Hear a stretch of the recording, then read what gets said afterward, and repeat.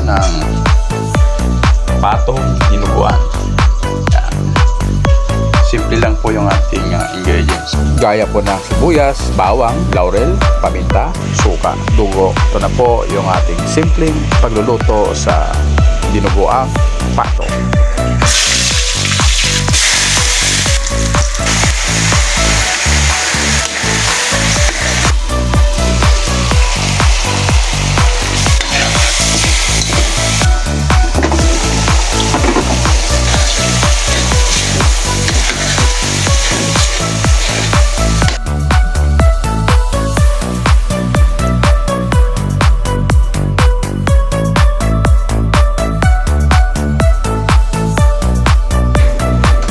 Thank you for watching.